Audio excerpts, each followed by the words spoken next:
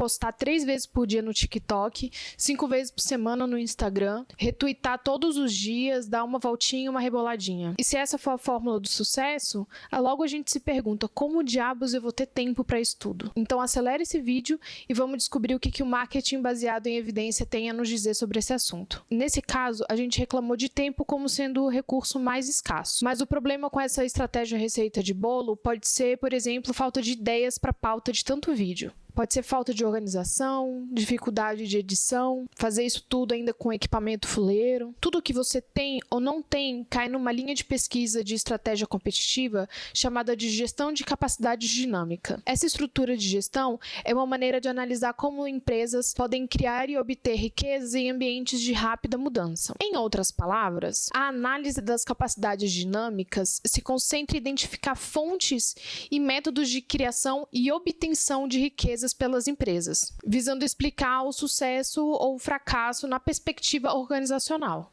Então, a estrutura de análise das capacidades dinâmicas enfatiza a importância das capacidades e recursos específicos de empresa. Também leva em consideração as barreiras de entrada de novos competidores e tenta determinar a vantagem competitiva. Essa é uma definição bem formal, mas creia no processo que com os exemplos vai ficar muito mais claro. Então, não basta você ser competitivo só momentaneamente. Por exemplo, baixar o seu preço para quebrar o seu concorrente. Em relação a recurso, você precisa ter bastante dinheiro em caixa. Mas essa não é uma estratégia sustentável. Esse tipo de ação, apesar de ser válida, inclusive muito estudada no marketing, não é o foco do que a gente está falando agora. Então, explicando palavra por palavra, estratégia é sinônimo de um conjunto coerente de ações formando um processo dinâmico que envolve adaptação e inovação de maneira contínua. O competitiva, criação de valor que não está sendo aplicada simultaneamente por outro competidor e quando outros competidores não podem replicar com facilidade, entregando assim os mesmos benefícios que você. O sustentável quer dizer que, além de não ser copiável, você precisa prever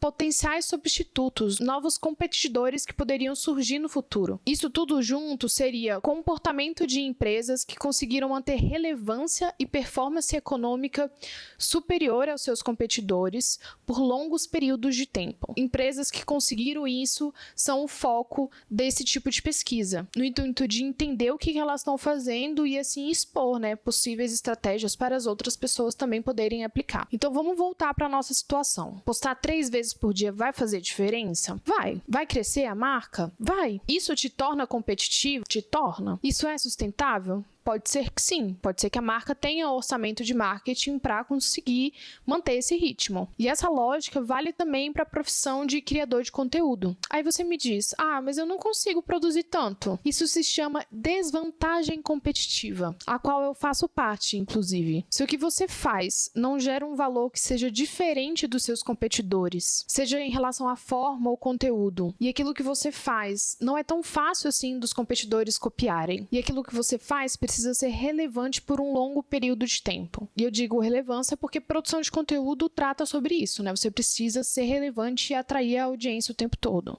Então, se você não atinge esses 3 requisitos, meio que você nem tá no jogo ainda. Então, sobre essa questão de diferenciação, tem muito profissional que não tá preparado para pular direto para a consultoria. E só fica repetindo que a solução estratégica para tudo é se diferenciar. Isso acaba sendo a mesma coisa de falar, nossa, eu tenho a melhor estratégia para emagrecer, que é consumir menos caloria do que se gasta. Sendo que, gente, emagrecer consumindo mais caloria e ficando sentada 12 horas, isso sim é um grande mistério. Viraria notícia no Choquei. Então a diferenciação é explicar o conceito de estratégia praticamente. Só que ainda de um jeito reduzido, porque não é só isso.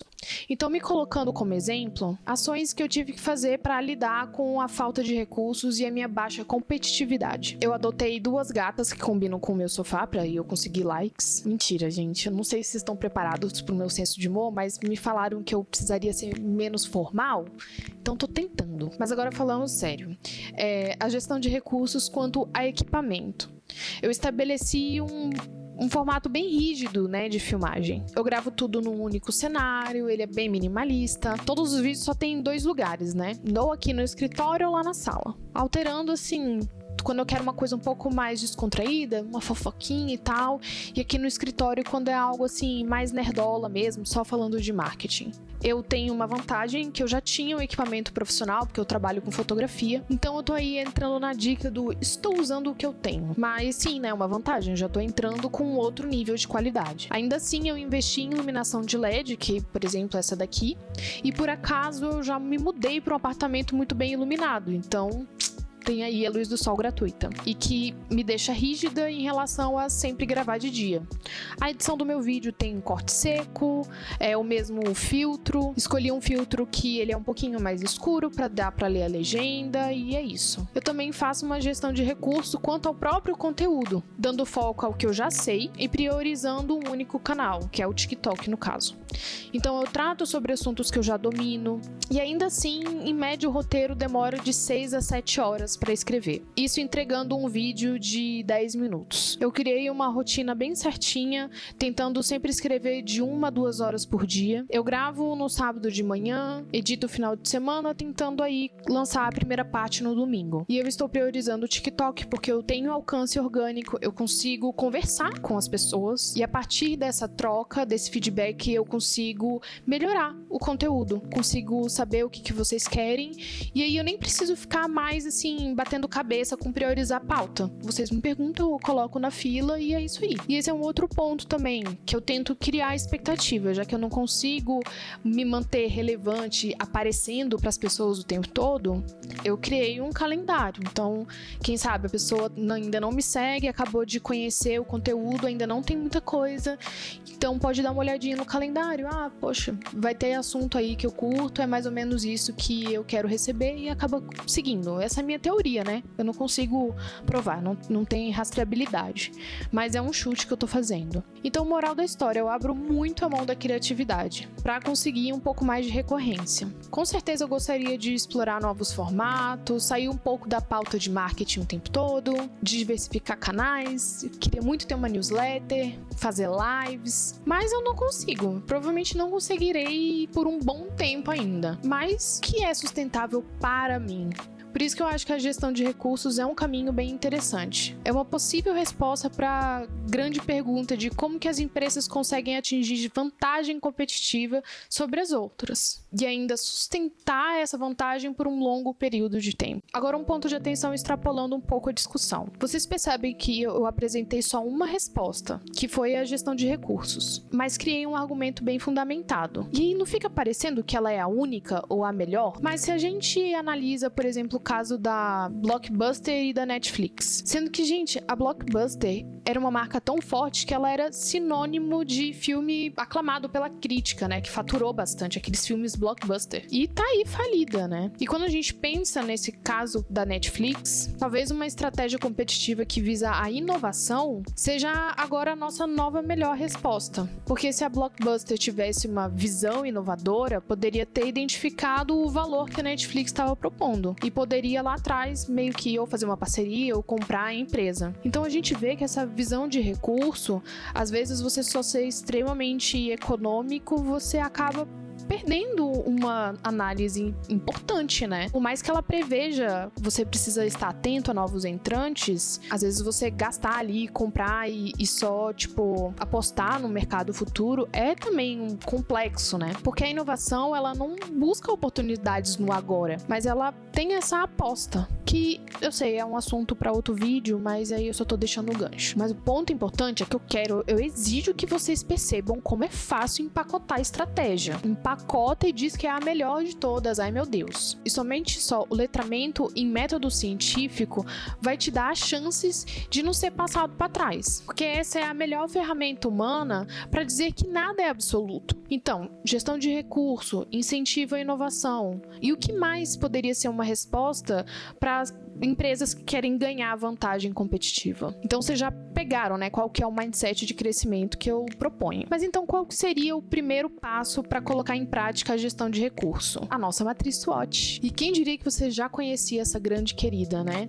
Mas então vamos para a parte 2, então vamos aprender a aplicar a matriz SWOT. Eu vou explicar sobre a matriz SWOT e aí você vai falar, mas eu já conheço, e vai pular um vídeo, né? Mas você sabe quando que surgiu a matriz SWOT? Você sabe quem que propôs ela? E mais importante ainda, você sabe as críticas contrárias da matriz SWOT? Pessoas que falam que não adianta, não vale muito a pena ficar fazendo ela? Eu falei brava, mas não fique mal. Eu também só fui aprender essas coisas um tempinho depois do que eu já estava estabelecida no mercado como profissional de marketing. Mas aqui a gente quer ser head de marketing, quer estar lá no topo. Então, para isso, a gente precisa dominar a nossa área de trás para frente e de frente para trás. Principalmente quando se trata de formas e análises que visam ganhar performance competitiva e ter alguma vantagem no mercado. E a SWOT é velha. A lógica de análise de forças e fraquezas internas e externas dominou a pesquisa no campo de gestão estratégica desde a década de 1960. Aqui tem algumas referências se você quiser fuçar, mas eu pretendo falar sobre elas nos próximos vídeos. Então a SWOT ela surge da visão que as empresas obtêm vantagens ao definir estratégias que exploram as forças internas, respondendo às oportunidades ambientais, ao mesmo tempo que você tem que neutralizar ameaças externas e evitar as fraquezas internas.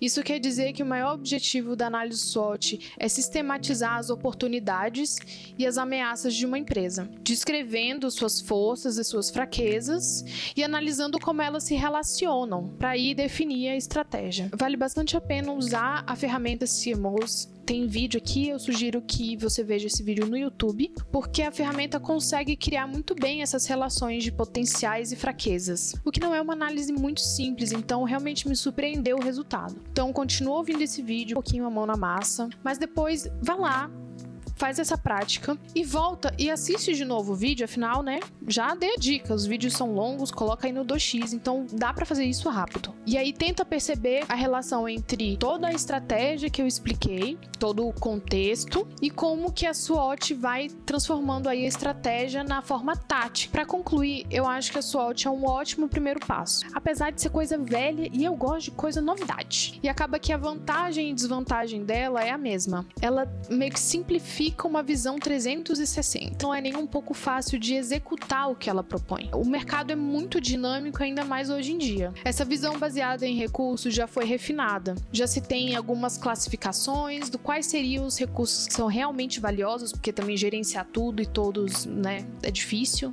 Tiveram recursos que se mostraram tão valiosos que meio que surgiu uma nova linha, né, de onde que estaria essa vantagem competitiva. Então há formas de, por exemplo, só gerenciar relacionamentos, ou uma linha que analisa o mercado externo, em vez de colocar o seu competidor no centro, coloca o cliente no centro. Existe uma linha que se quer ver outros competidores como competidores, mas sim como potenciais parceiros, propondo que o mercado poderia ser tratado mais como coexistências. E talvez eu fale um pouquinho mais sobre elas, mas aí você vai ter que me seguir para descobrir.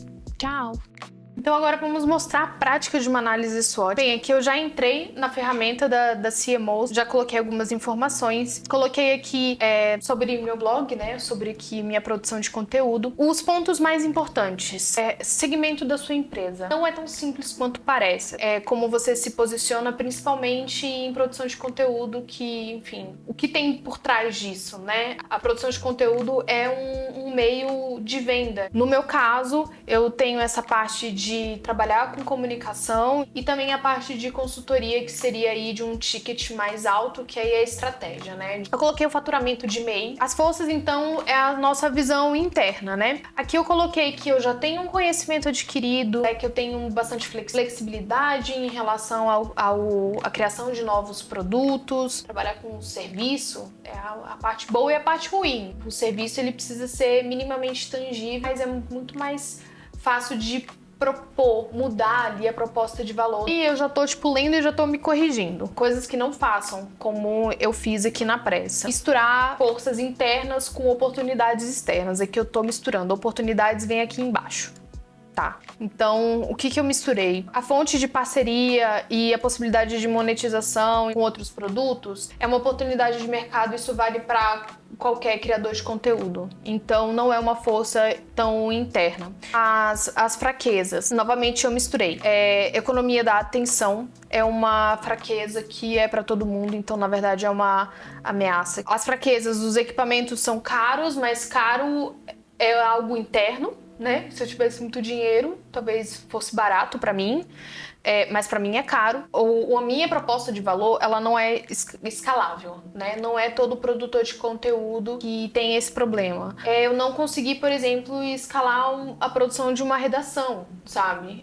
O conhecimento é fácil, né, de ser adquirido. Eu já adquiri um letramento mínimo científico para ter acesso às informações que para a maioria das pessoas não é acessível. Só eu consigo fazer isso. Eu não consigo delegar esse tipo de coisa, muito difícil. E que também é uma decisão minha, que é não usar o tom de voz de venda, porque eu não gosto, não faz parte ali do que eu quero propor para minha marca, mas isso é uma fraqueza que está relacionado ali à economia da atenção. Então aqui na análise das ferramentas vai ter essa listinha e aí vai fazer os cruzamentos, né? Mas é interessante eu ter feito que nem minha cara.